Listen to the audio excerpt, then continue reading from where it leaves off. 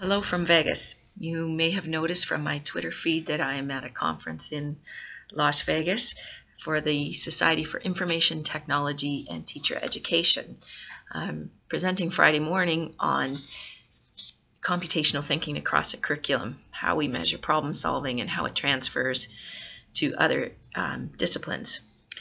I have finally completed all of your How Do You Learn response assignments, and as I noted in the news, there was a huge variety of learning technologies used to present. There were lots of videos, much like I am doing now, where we had a conversation, lots of Prezi and PowerPoint, some visual infographics, and some more traditional but equally relevant narratives using Word documents.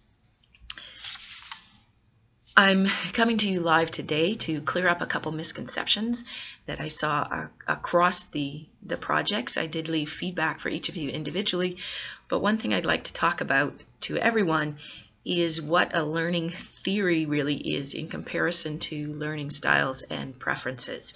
So learning theories, a theory is really a set of principles that have been, and a theory develops through a lot of research, and that set of principles explains a process or a construct, so that a learning theory really says how people learn, how information comes in, how it is, what kind of context you learn in, and the process by which you learn.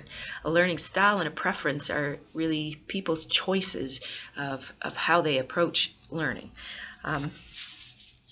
So the theory really explains the process. A learning preference or a style is exactly that, just someone's preference and how they might learn best.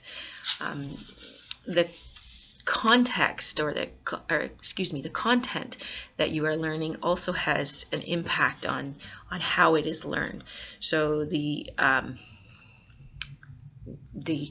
performance tasks that you learned in class, so when you were learning how to knit or doing the Sudoku, it is more readily learned by doing, whereas a more abstract concept would be socially constructed, so that what you're learning also has an impact. So I'd like to clear that point up. As we move ahead for the final module of the course, you should have identified a problem already that you created a concept map for. Hopefully you had some feedback. Some of you had difficulty or did not provide feedback to your peers, and that's an important point. Your concept map was your thinking, and giving feedback to each other sort of gives an opportunity for other people to identify problems in that same area. So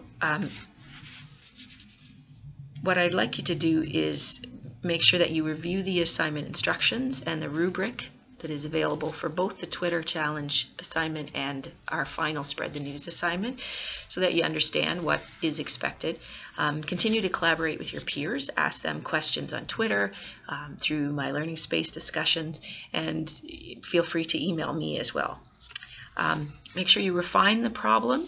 So some of you are looking at very broad and comprehensive issues. An example might be poverty.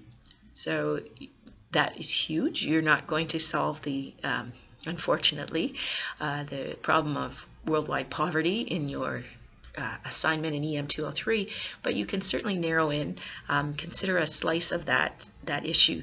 So perhaps you volunteer at an Out of the Cold program, and that's why you're interested in poverty, and you see that at the end of term you have university students coming to for a meal that normally aren't there, and you start to think, how could we address this? Perhaps you research the cost of secondary education. You call in or are able to interview someone in our own registrar's office to ask about the number of students who apply for bursaries at the end of term. And then you start to think of possible solutions. So you see that some students are there, but other students have food left over on their meal plan. And you start to, perhaps you set up a potluck through Twitter or Facebook or another social media outlet to gather students together and have end-of-term dinners where everybody who has brings some food for those who don't.